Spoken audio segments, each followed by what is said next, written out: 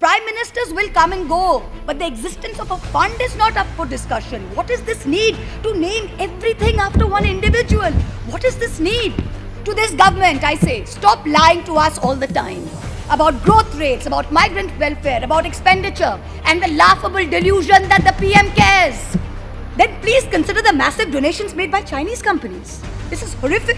Xiaomi, a Chinese company accused of snooping on people, gave the fund 10 crores. TikTok, currently banned by this government only a few weeks ago, gave 30 crores. Huawei, banned around the world for its well-documented links to the Chinese army, gave 10 crores. Why did you take this money from our enemies? Why don't you return this tainted money? I'm sure no dying Indian would want to be on a ventilator paid for by enemy money at this time. Stop marketing 20,000 crore packages as relief measures when in truth it comprises money already spent and money to be given as loans, an imaginary money that will never reach the people it is supposed to. It creates an unfair, unjust and discriminatory distinction against the state and chief minister's relief funds in favor of the PM CARES fund. It's almost like the courtiers of the emperor competing with each other to give gifts to the emperor with public funds. You say you put 2,000 crores towards the purchase of 50,000 ventilators. Please lay on the table of this house how many ventilators have been physically delivered, to which hospitals, to which states. Also tell us the manner of procurement.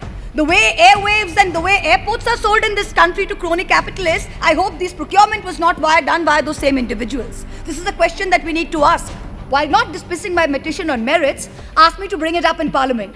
So here I am, moving from the corridors of judicial review to the Janta Ki Adalat. Taxation and other laws, relaxation and amendment of certain provisions Bill 2020, on behalf of my party, the All India Trinamool Congress. This bill is deeply problematic because it further weakens the rights and resources available to the states by taking away the statutory promises made under the new GST regime. And on the other hand, it corners public funds for PM CARES to the direct detriment of the state relief funds. Clause 7 of the bill seeks to amend the Central Goods and Services Act 2017, allowing the government to extend the time limit for completion of actions under the Act in events of force majeure such as an epidemic. With retrospective effect, this will permit the government to retrospectively validate its failure and extend the time limit indefinitely while dispersing compensation to the states. I wish to ask via you, Honourable Chairperson, does the Honourable Finance Minister conveniently forget that GST was only made possible because the states ceded almost all their powers to levy local indirect taxes? The underlying promise made to the states while accepting this was that revenue shortfalls arising from the transition to GST would be made good from a pooled GST compensation fund for a period of 5 years up to 2020. This corpus was to be funded by a compensation cess levied on so-called demerit goods. The mechanism for this is spelled out in Section 7 of the GST Act 2017, which you now seek to destroy. The quantification was to be done annually. You project a revenue assumption of 14% compounded growth on the revenue of the base year 2015-16, and you calculate the difference between this and the actual GST collection of any particular year. And please, applying this formula to the years 2021, the anticipated shortfall is 3 lakh crores. The compensation pool, however, is only 65,000 crores. But the centre cannot shy away from its responsibility. It must cover the shortfall of 2.35 lakh crores by borrowing. I ask myself in such a situation, is incompetence force majeure? Is criminal negligence force majeure?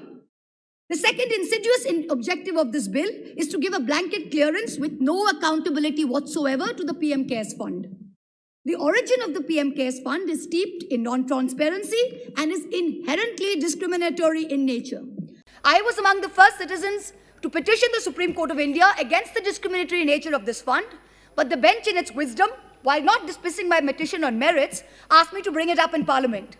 So here I am, moving from the corridors of judicial review to the Janta Ki Adalat. The government issued a circular on March 28, 2020, notifying that all contributions to the PM CARES fund qualified as eligible CSR contributions under Item 8, Schedule 7 of the Companies Act. But it also disqualified contributions made to the state relief funds from being treated as valid CSR activities. But this was earlier expressly permissible under Schedule 7 of the Act of 2013. So unfair treatment of identical contributions to the PM CARES and to the state relief funds is against public interest, is against public policy. It completely disincentivizes corporate contributions which the state governments would otherwise have got. It creates an unfair, unjust and discriminatory distinction against the state and chief minister's relief funds in favor of the PM CARES funds. The Honourable Minister, while introducing the bill yesterday, read out a long list of school children and pensioners who had apparently readily and happily given away their meagre savings to the PM CARES fund. But the Honourable Minister was strangely silent on the 38 PSUs that donated more than 2,100 crores to the fund. Almost 70% of the fund's corpus comes from 38 PSU donations. These are public sector undertakings, share capital subscribed to by the Government of India out of public money. Without an audit, the conflict of interest is writ large for anyone to see. I hope you remember that the Prime Minister's office, in response to an application seeking disclosure of the incorporating documents of this trust, had said this is not a public authority, hence it's not open to RTI. But the very legislative intent behind Section 135 of the Companies Act was to encourage companies to use CSR funds for local welfare activities for local communities in areas of operation. But the PM CARES fund diverts those very funds away from local communities into this dark hole where not even a speck of light can enter. Coal India has committed 221 crores to a fund while it cannot contribute to the state relief funds of Bengal and Jharkhand, where it is 90% of its operations. ONGC has mentioned that it has offered funds from its CSR budget for the year, even though the allocation is not yet determined. Power Finance Corporation contributed 200 crores to the PM CARES fund, even though its entire CSR allocation is only 150 crores. It's almost like the courtiers of the emperor competing with each other to give gifts to the emperor with public funds. If these improprieties were not enough, then please consider the massive donations made by Chinese companies. This is horrific. Xiaomi, a Chinese company accused of snooping on people, gave the fund 10 crores. TikTok, currently banned by this government only a few weeks ago, gave 30 crores. Huawei, banned around the world for its well-documented links to the Chinese army, gave 10 crores. Why did you take this money from our enemies? Why don't you return this tainted money? I'm sure no dying Indian would want to be on a ventilator paid for by enemy money at this time. Would they? Right.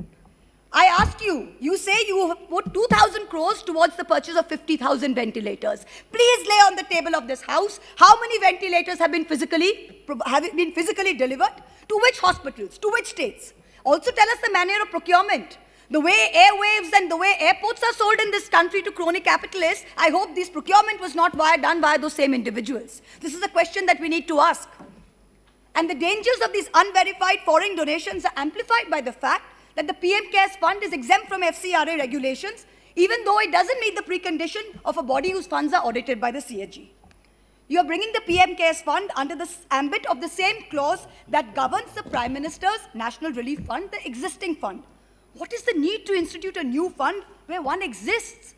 Prime Ministers will come and go, but the existence of a fund is not up for discussion. What is this need to name everything after one individual?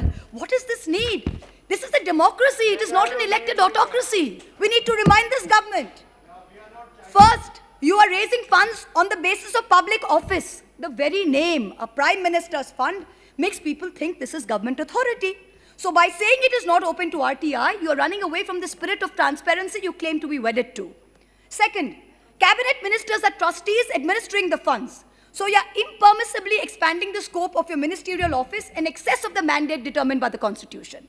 The third, you are commandeering resources. Donations are done by default. A circular issued on April 17 by the Department of Revenue under the Ministry of Finance told every officer and staff of the Government of India to contribute 1 day's salary till March 21.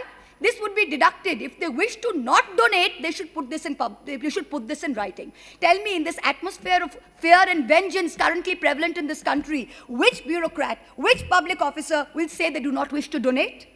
I have only a few minutes left, and so bear with my bluntness.